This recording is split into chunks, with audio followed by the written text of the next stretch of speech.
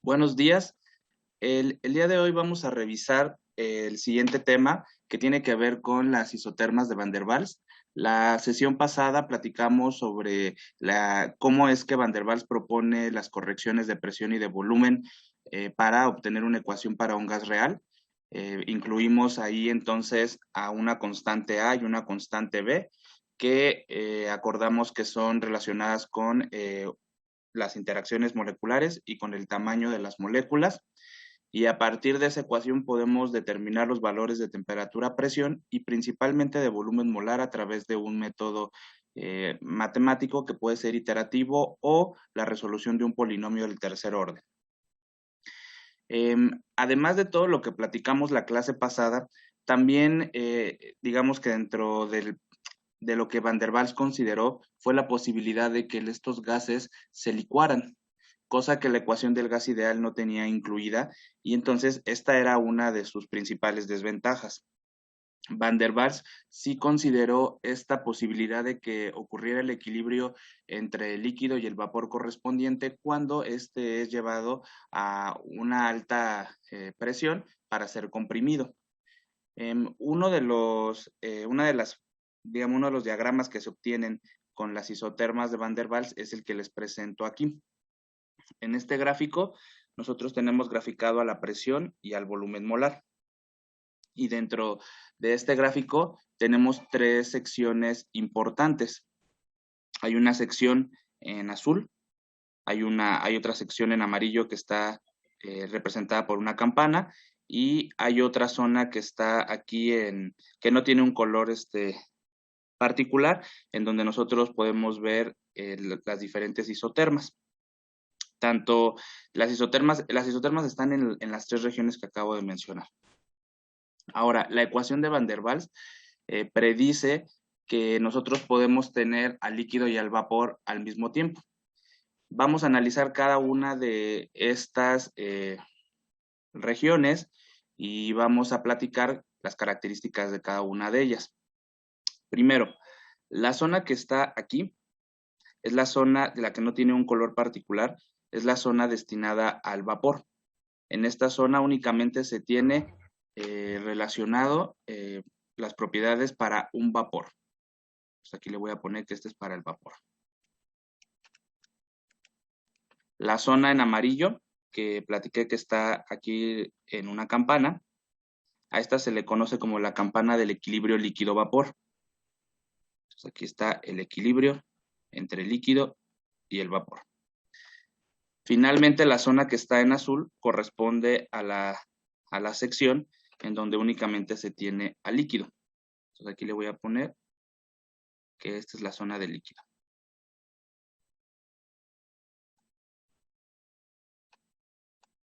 ¿Okay?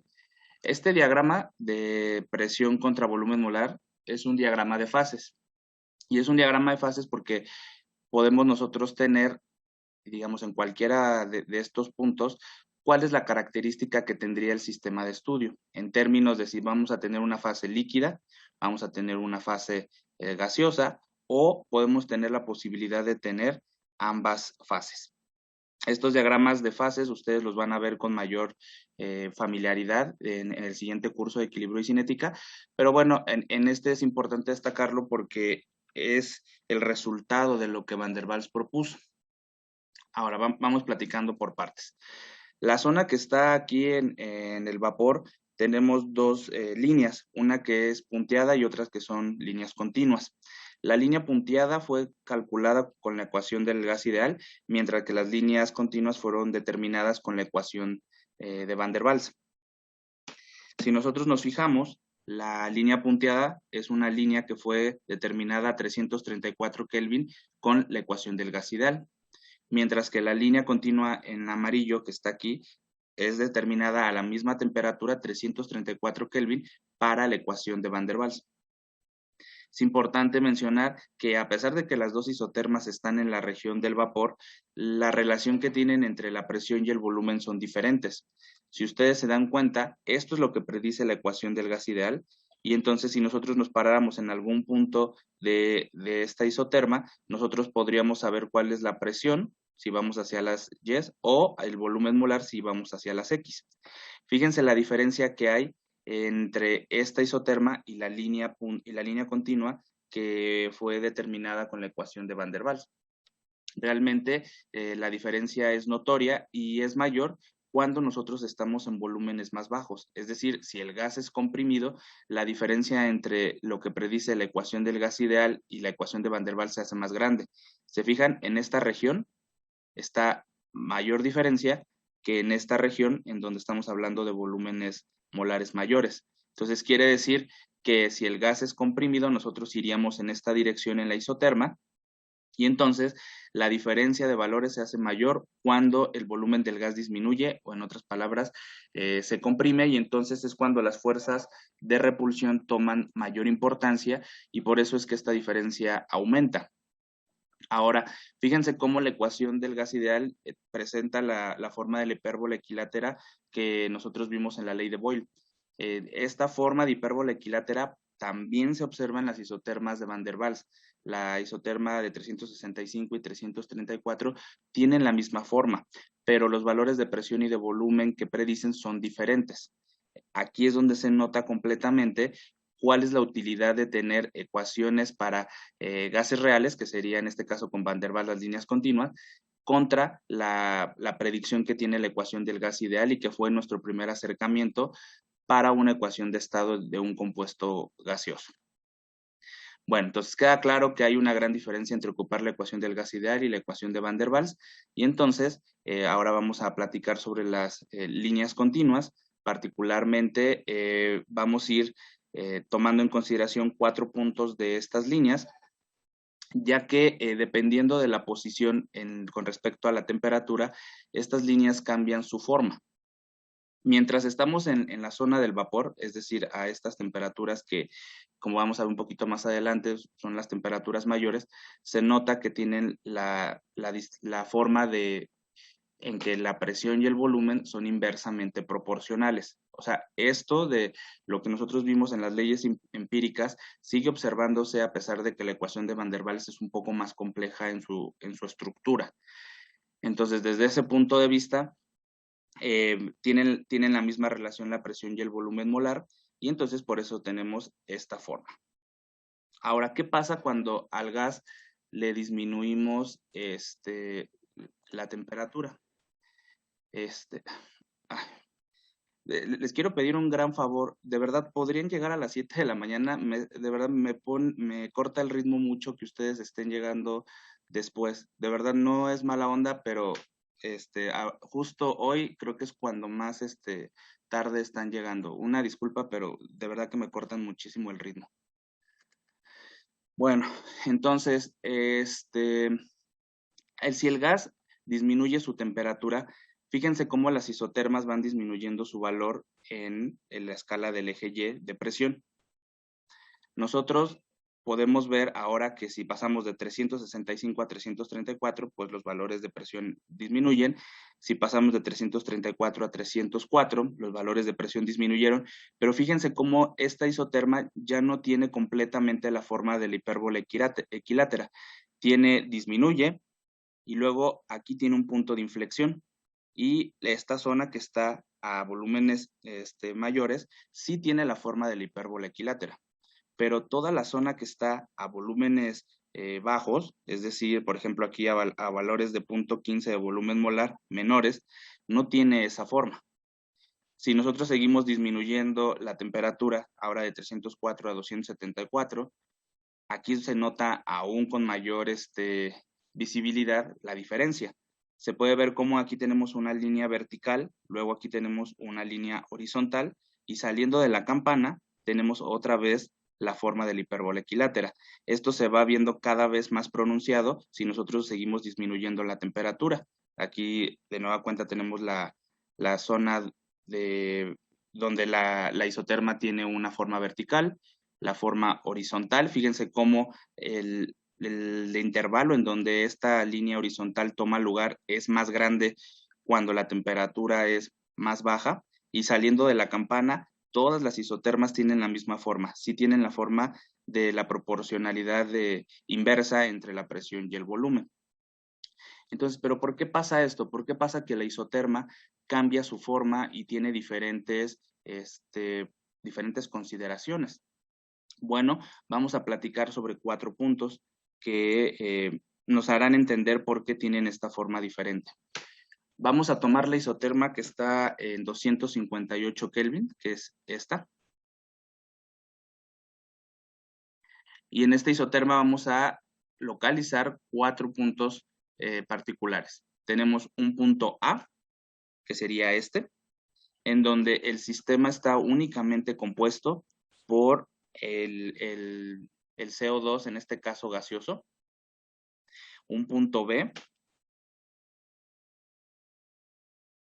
que sería este, en donde el sistema está siendo comprimido y cuando esta compresión ocurre, hay una porción del componente gaseoso que se licúa hacia el componente líquido. Y el componente líquido en este punto B se encuentra en menor proporción que el componente gaseoso. Si nosotros seguimos comprimiendo, la proporción de líquido aumenta en el sistema, disminuyendo consecuentemente la del compuesto gaseoso. Y finalmente, en el punto D, tenemos un estado únicamente conformado por el líquido. Es decir, en el punto D ya se llegó a la máxima compresión que podíamos tener, dado que el líquido es prácticamente incompresible, el volumen del sistema ya no va a disminuir hasta a un valor menor, digamos, hasta ahí va a quedar. Entonces, fíjense, estos 4 puntos tienen la característica de que se va formando en mayor proporción el líquido cuando la presión aumenta desde los alrededores hacia el sistema. Entonces, estos 4 puntos muestran exactamente dónde comienza el proceso de licuefacción y hasta dónde podemos llegar. Bueno, estos 4 puntos en la isoterma de 258 se encuentran localizados aquí. Aquí estaría el punto A, aquí está localizado el punto B, aquí está localizado el punto C y aquí el punto D. ¿Ok? Entonces vamos a recorrer el diagrama de derecha a izquierda, en donde vamos a ir disminuyendo el volumen en la trayectoria que vamos a seguir en la isoterma, y esto traerá como consecuencia que aparezca el líquido y por tanto es que la isoterma cambia, porque la presencia de líquido es algo que, digamos, cambia la relación entre la presión y el volumen, porque lo que nosotros sabemos de presión y volumen, que es inversamente proporcional, es aplicable únicamente para el componente gaseoso, no para el componente líquido.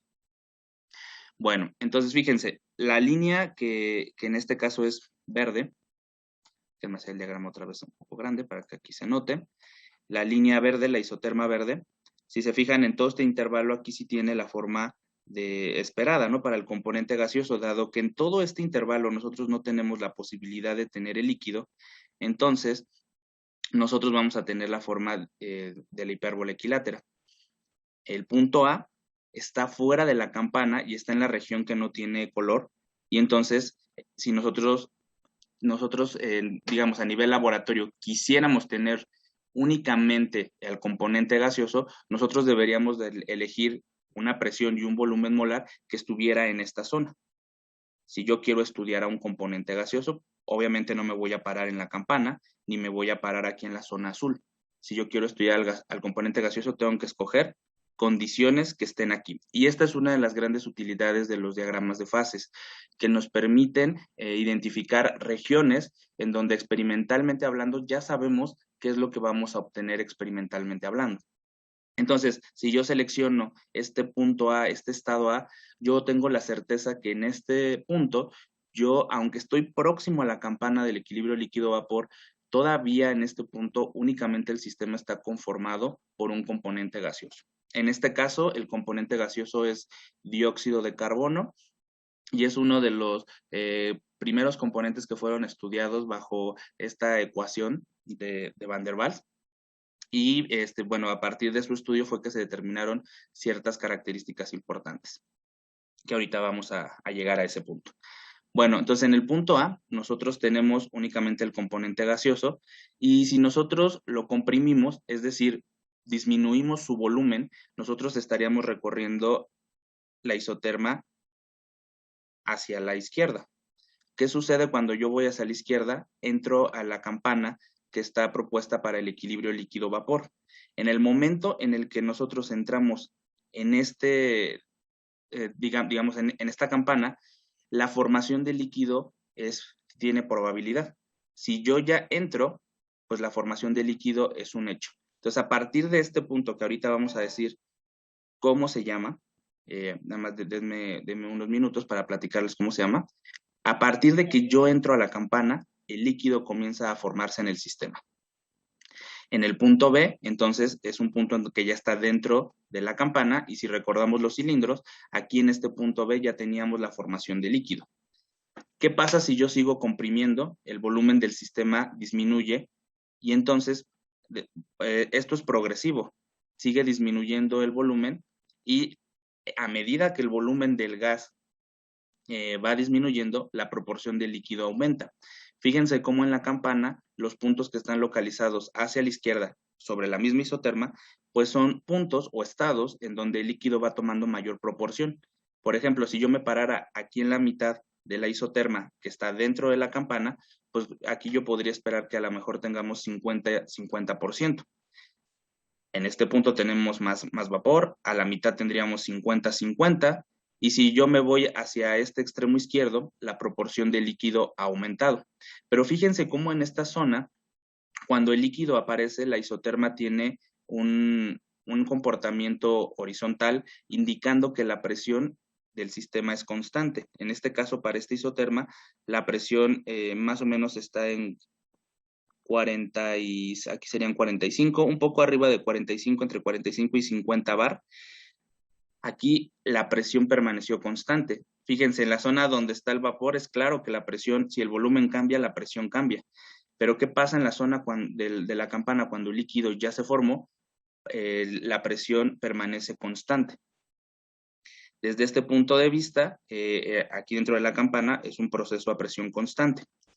Ahora, si nosotros seguimos comprimiendo al sistema y pasamos de este punto C a este punto D, la trayectoria que recorremos es esta. ¿Okay? Aquí, en este punto, la isoterma se vuelve vertical, y lo que nos está indicando es que en esta región donde ya está localizado únicamente el líquido en el sistema, que sería aquí en este punto D o en cualquiera de los puntos que esté sobre esta isoterma, indica que no importa cuánto nosotros aumentemos la presión, porque aquí nosotros estamos por debajo de 60, pero si yo aumento la presión a 80, a 100 bar, a 120 bar, no importa, 140 bar, no importa cuánto yo lo aumente, el volumen que va a tener el sistema va a ser el mismo. ¿Por qué va a ser el mismo? Porque un líquido es prácticamente incompresible, y es por eso que la isoterma en esta región donde está el líquido toma una forma vertical. Entonces, nos está indicando que no hay manera que el volumen del sistema pueda disminuir, y que no es función de la presión. Nosotros podemos aumentarla tanto como querramos, pero el volumen del sistema no va a disminuir más allá que el volumen que ocupa las moléculas de líquido. Entonces, ¿queda claro cómo nosotros podemos leer este diagrama? Sí, profe. ¿Sí? Ok. Bueno, entonces, todos los estados que estén dentro de la campana van a tener la particularidad de tener al líquido y al vapor. Fíjense, ahora vamos a ir de abajo hacia arriba.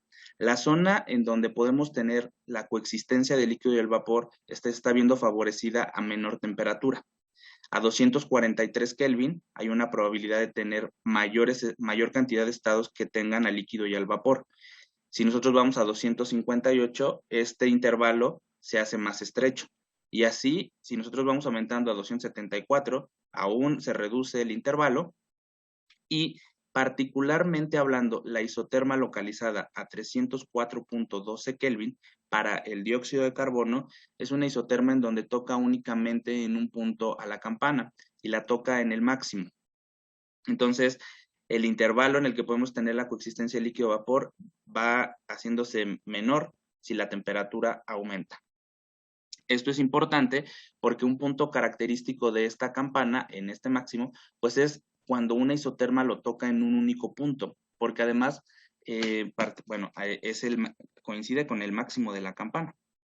Entonces, este punto que está localizado aquí es el único que toca la isoterma, y a diferencia de las isotermas que están por encima de este punto, estas isotermas de 334 y 365 en ningún punto tocan a la campana, y las isotermas que están por debajo tienen más de un estado que se puede tener del equilibrio líquido-vapor, pero particularmente la de 304.12 solo la toca en un punto. Esta isoterma es la isoterma crítica, es decir, es el conjunto de propiedades que caracterizan al máximo de esta campana del equilibrio líquido-vapor. Particularmente para el CO2, la temperatura crítica serían 304.12 Kelvin. Si nosotros leemos hacia el eje Y, pues aquí podríamos saber cuál es la presión. Y si nosotros leemos en el eje X, podemos saber cuál es el volumen molar. Estas tres, digamos, características o coordenadas para este punto en el diagrama son características de cada gas. Es decir, si ustedes miran el diagrama del equilibrio líquido-vapor para otro componente gaseoso, por ejemplo, el hidrógeno o para el cloro o para el metano, se van a dar cuenta que todos tienen estas mismas características que hablamos, tienen las tres regiones de las que platicamos, tienen la forma de las isotermas igual, pero los valores puntuales en las que ocurren estos, digamos, estos puntos, ¿no? Este máximo o esta región en donde el líquido comienza a aparecer aquí en la campana o donde ya completamente está formado, pues va a depender de las características físico-químicas del componente gaseoso que tengamos. Pero todos tienen la particularidad que hay una isoterma que toca a la campana en un único punto, en el máximo de la campana. A través de esto, entonces, estos puntos, a pesar de que el diagrama es igual en todos, ¿no? O sea, desde el punto de vista que tienen los mismos componentes, la forma que tienen es dependiente del componente gaseoso y particularmente el punto máximo que se tiene en la campana va cambiando dependiendo del componente. Sin embargo, todos tienen el mismo principio. Es la isoterma que toca al máximo de la campana del equilibrio líquido-vapor. A este conjunto de propiedades que ahorita yo denoté se le conoce como propiedades críticas. A esta en particular se le conoce como la temperatura crítica. Si nosotros leemos en el eje X, perdón, en el eje Y, aquí vamos a leer en el eje Y, vamos a leer a la presión. Entonces aquí nosotros tendríamos el valor de la presión crítica, y si nosotros leemos en el eje X, tenemos el valor del volumen. En este caso, volumen molar.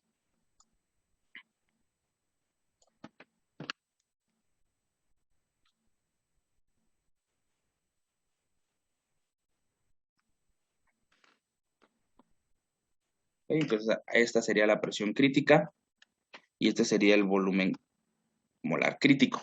Entonces, ahora sí, todos los componentes gaseosos tienen esta particularidad y estas características ya se encuentran tabuladas en muchos libros. Si ustedes también van a los apéndices de cualquier libro de físico-química, van a poder encontrar las condiciones críticas para los componentes gaseosos. Cuando ustedes vean en los libros las propiedades críticas, lo que se están refiriendo es al máximo de la campana del equilibrio líquido-vapor, donde una isoterma, que denotaremos como isoterma crítica, toca en un único punto a la campana. ¿Qué quiere decir que lo toque en un único punto? Que sería el único valor bajo estas condiciones en las cuales podríamos tener al equilibrio líquido-vapor. O sea, aquí solo aquí solo habría un punto en el que podríamos tener al equilibrio líquido-vapor, mientras que en otras temperaturas la probabilidad de estados que tenemos para el equilibrio líquido-vapor aumenta si la temperatura va disminuyendo. ¿Ok? ¿Hasta ahí vamos bien? Sí, profe. Sí, profe. Ok. Bueno, entonces, esto es importante porque a partir de estos valores de propiedades críticas que ya se encuentran estudiados para muchos gases, es que nosotros vamos a poder determinar los valores de las constantes A y B de Van der Waals. Entonces, por eso toda esta situación que acabo de platicar. Ahora, hay otros dos puntos importantes en el diagrama del equilibrio líquido-vapor, que sería este que está aquí, que es justo cuando entramos a la campana, y este que está acá, que es justo cuando salimos de la campana del equilibrio líquido-vapor. Entonces, vamos primero con el de la derecha. A este punto que está localizado aquí, para la isoterma de 258, sería el punto de rocío. ¿Ok? Entonces, a este que está, déjenme hacer una flecha grande. Este que está aquí se le conoce como punto de rocío.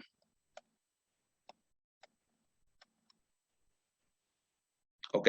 En el punto de rocío lo que ocurre es que aparece la primera gota de líquido cuando el componente gaseoso es comprimido. Entonces, ustedes recuerdan en el punto A, el sistema únicamente está conformado por el componente gaseoso. Si nosotros lo comprimimos, va a llegar un momento en el que el líquido va a comenzar a aparecer.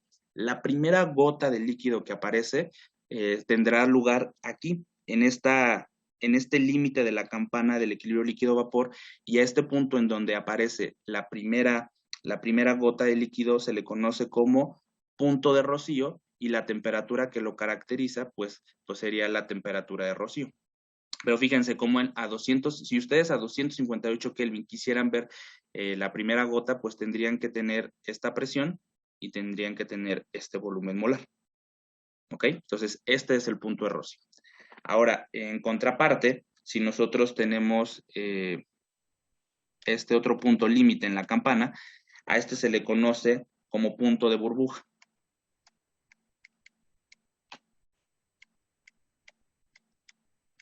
¿Ok?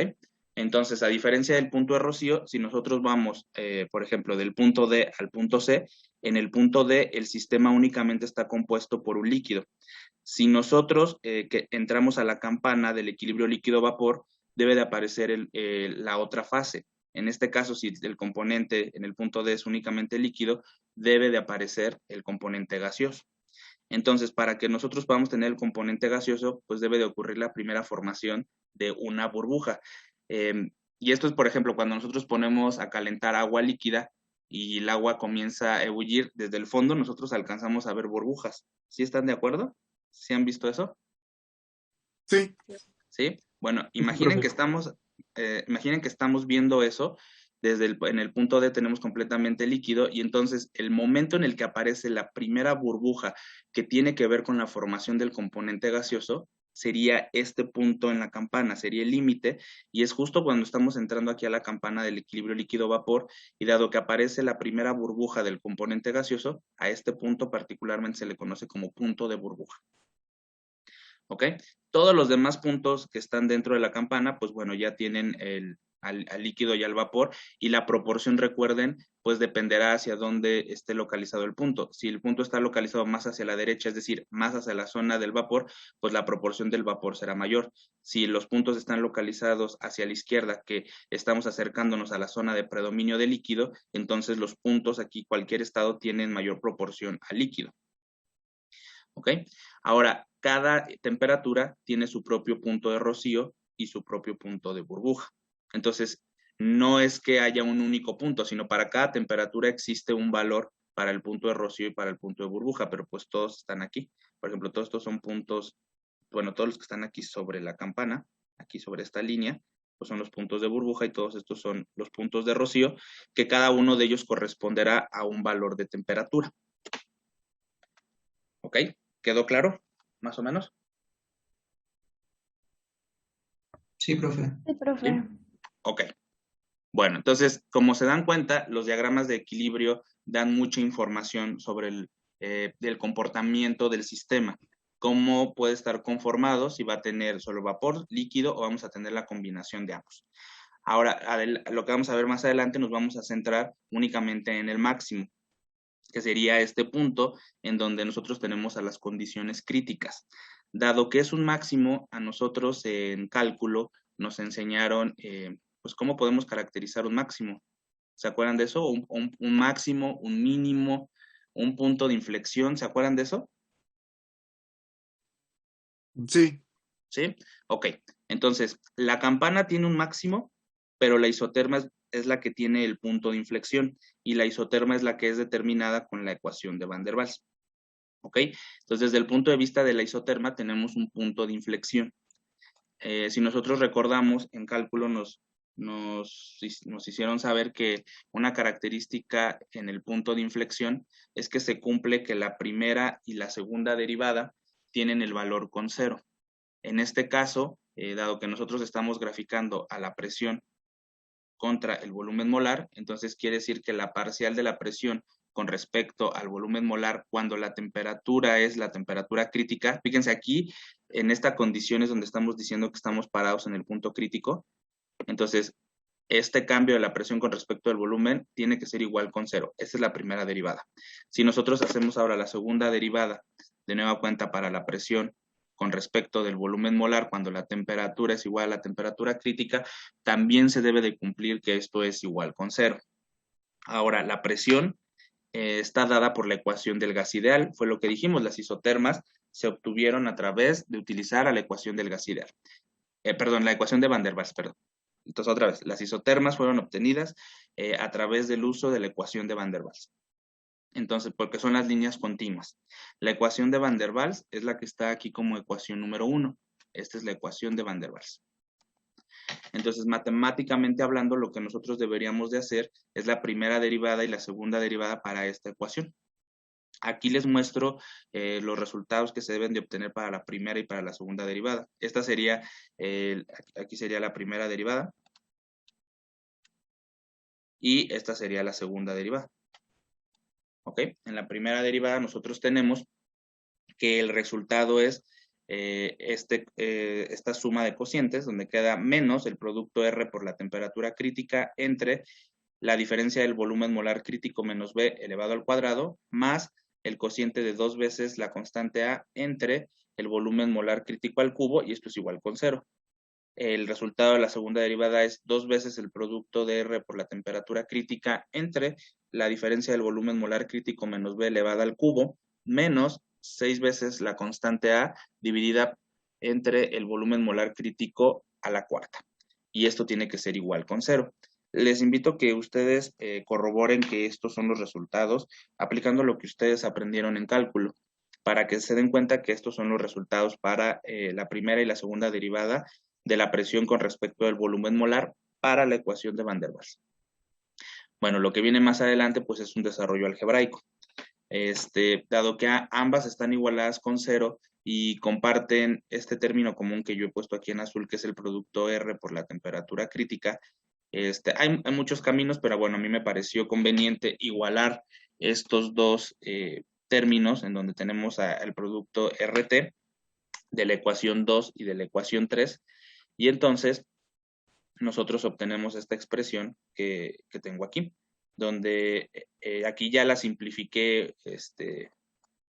un poco esta expresión. Entonces aquí despejé de cada una de estas, de la ecuación 2 y de la ecuación 3, despejé al producto RT, los igualé, luego los simplifiqué, y el resultado de esta simplificación es que el volumen molar crítico es igual a 3 veces el valor de la constante B. Entonces, fíjense cómo el valor del volumen crítico, que fue el que nosotros determinamos gráficamente en el máximo, puede ser calculado a través de la constante B, que si recordamos, pues es el volumen que ocupan las moléculas. Entonces, 3 veces el volumen que ocupan las moléculas será el volumen crítico.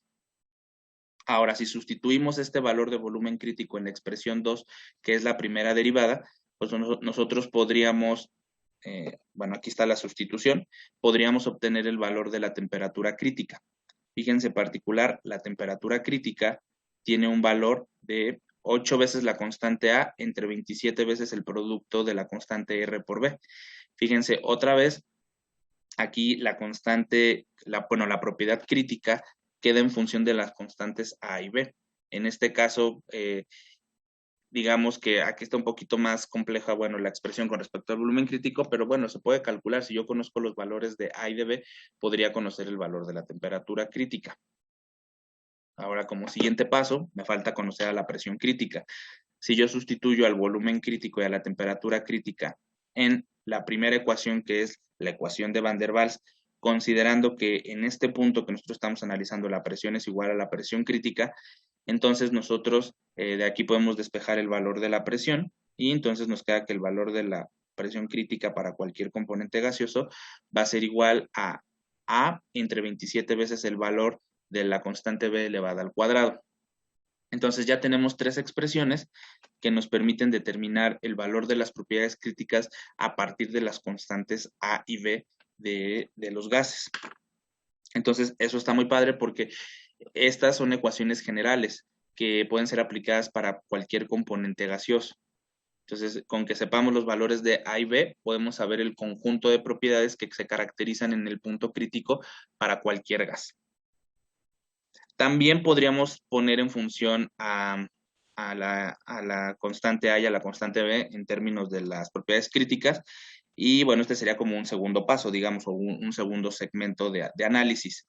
Lo que hice ahí fue despejar la constante A de las expresiones de temperatura crítica y presión crítica, las igualé, y el resultado de esa igualdad fue el valor de la constante B. Bueno, como despejé A y las igualé, ¿a quién puedo determinar esa B?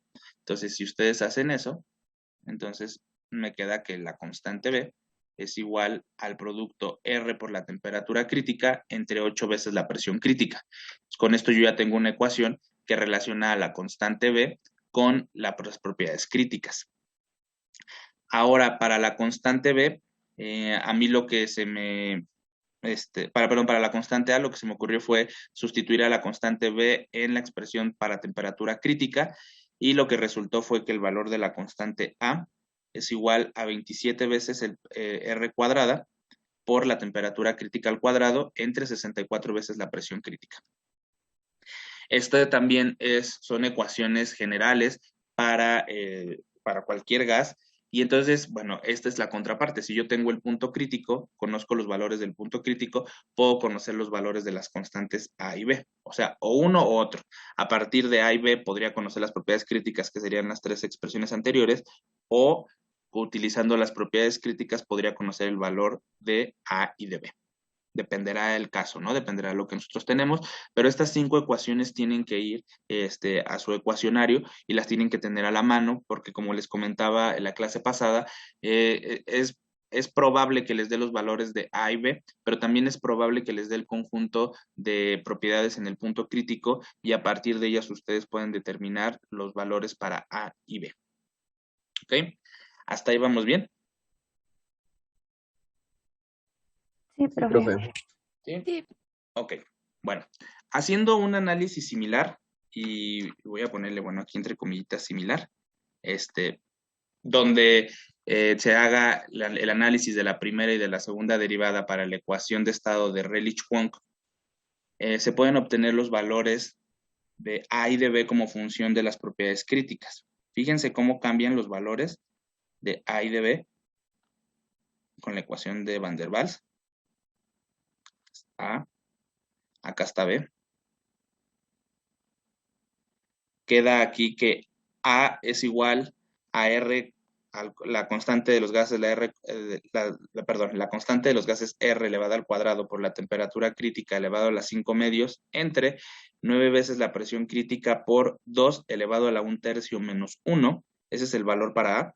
Y para B es 2 elevado a la 1/3 menos 1, multiplicado por la constante universal de los gases por la temperatura crítica, dividido entre 3 veces la presión crítica. Entonces aquí tenemos también cómo podemos calcular las constantes A y B utilizando el punto crítico. Entonces, si se dan cuenta realmente ¿cómo decirlo? Las expresiones para determinar A y B pues dependerán de la ecuación de estado que nosotros ocupemos. Y es por eso que traigo otra vez a colación lo que platiqué hace, yo creo que 2 sesiones, en donde les dije que las constantes A y B, a pesar de que tienen los mismos nombres, no tienen los mismos valores para todas las ecuaciones de estado. Y creo que ya mirándolo en términos del punto crítico, podemos caer en cuenta que la constante A pesar de que se llame igual en las dos ecuaciones, tanto de Van der Waals como de Rayleigh-Kwong, pues no pueden tomar el mismo valor porque tienen diferentes expresiones para calcularlas, ¿no? A partir del punto crítico. Y lo mismo para B. ¿Se fijan? Realmente, aunque pareciera ser que en la ecuación tienen la misma forma los términos de corrección de volumen, tampoco es que la constante B tenga el mismo valor. Cada ecuación de estado tendrá sus propios ajustes, y es por eso que debemos de tener las constantes para el modelo o la ecuación de estado que estemos analizando. Ahora, dado que la obtención de las constantes A y B con la ecuación de Rayleigh-Kwong es un camino un poco más largo que para la ecuación de Van der Waals, les quiero proponer que pues quienes de ustedes me demuestren cómo se obtienen estas constantes A y B, pues les vamos a dar 5 participaciones. Dado que es una tarea un poco complicada, les puedo dar 8 semanas, serían 2 meses, porque yo sé que tienen otras cosas que hacer, para entregar esta tarea. ¿Qué tendrían que hacer? Bueno, pues como dice ahí que hay que hacer un análisis similar, pues entonces yo tengo que colocar aquí la ecuación de Van der Waals, que diga la ecuación de Rayleigh-Kwong, perdón, la ecuación de Rayleigh-Kwong, tomar la primera derivada, tomar la segunda derivada, y particularmente en la ecuación de Rayleigh-Kwong, cuando ustedes relacionan a la primera y a la segunda derivada, lo que se va a obtener es el polinomio del tercer orden, que nosotros ya vimos que sí es el resultado de estas ecuaciones de estado que tienen una forma cúbica. Entonces, a diferencia de la ecuación de Van der Waals, que yo pude despejar de manera individual a cada una de las propiedades, en la ecuación de Rayleigh-Kwong no es así tan fácil y por eso es que les puedo dar 2 meses para que hagan esta tarea, de que primero obtengan la primera, la segunda derivada, luego obtengan el polinomio del tercer orden y luego apliquen lo que les enseñaron en cálculo o en álgebra. Algunos de ustedes seguramente les enseñaron algún método para resolución de polinomios del tercer orden. ¿Alguno de ustedes tiene algún método que les hayan enseñado en álgebra o cálculo?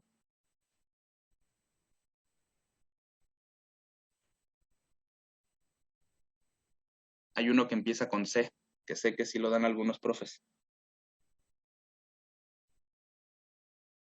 No. ¿No? ¿Ninguno? ¿No les enseñaron nada en álgebra? Pues yo recuerdo que bueno, al menos a mí, mi profesora, nos enseñó como, primero hacer como análisis de signos en el polinomio y a partir de ahí como predecir cuántas soluciones iba a tener. Y primero ver si había como soluciones nulas y ya después, hacer análisis con divisiones sintéticas, y siguiendo como dos propiedades o dos teoremas por ahí que no me acuerdo exactamente cómo se llaman, pero justamente derivados de las divisiones sintéticas y ya eso nos iba a dar poco a poco pues las soluciones y ya hasta que llegáramos a un polinomio de grado 2 pues ya aplicar la fórmula general para hallar esas últimas dos soluciones. Recuerdo eso, pero no sé. Ok, esa es una forma. Sí, sí, sí, estoy de acuerdo con la división sintética, solo que en este caso la división sintética se va a poner un poco difícil, pero hay un método que se llama Cardano, no sé si se los enseñaron. Digo, yo la verdad es que sé, por mis otros alumnos que he tenido durante otros semestres, que sí lo enseñan algunos profesores de álgebra o de cálculo. Pienso que es de álgebra, el método de Cardano. No me suena. ¿No? ¿Alguien? No. No, tampoco. Bueno, No. ya no lo enseñan. Bueno, les doy el tip. Si ustedes quieren resolver ese polinomio del tercer orden, ese método que les acabo de mencionar, lo han ocupado para resolver ese polinomio y ya es muy efectivo. Realmente les ha permitido resolverlo. No es el único método. Por eso les digo, si a ustedes les enseñaron otro o ustedes encuentran otro, es válido. ¿Cuál es el objetivo? El objetivo es, no importa qué método de resolución yo obtenga, tengo que llegar a esta expresión de A y de B. Durante el camino que ustedes estén desarrollando esto, con todo gusto me pueden mandar sus resultados y lo podemos cotejar. Eso sí, como sé que en estos momentos de modo virtual ustedes muy fácilmente se pasan la información, solamente esto va a aplicar para las primeras 10 personas que lo entreguen. Solo 10 personas van a tener las 5 participaciones, porque lo que me ha ocurrido muy comúnmente en estos semestres virtuales es que uno lo hace y luego de repente aparecen 20 trabajos exactamente iguales y no quiero eso. Quiero que ustedes lo hagan verdaderamente solos, verdaderamente este es un trabajo individual donde ahora sí les pido que sea individual, solo 10 de ustedes lo pueden tener. Ustedes sabrán si los 10 primeros se juntan, si los 10 primeros hacen equipo, yo qué sé, pero a mí me gustaría que fuera individual.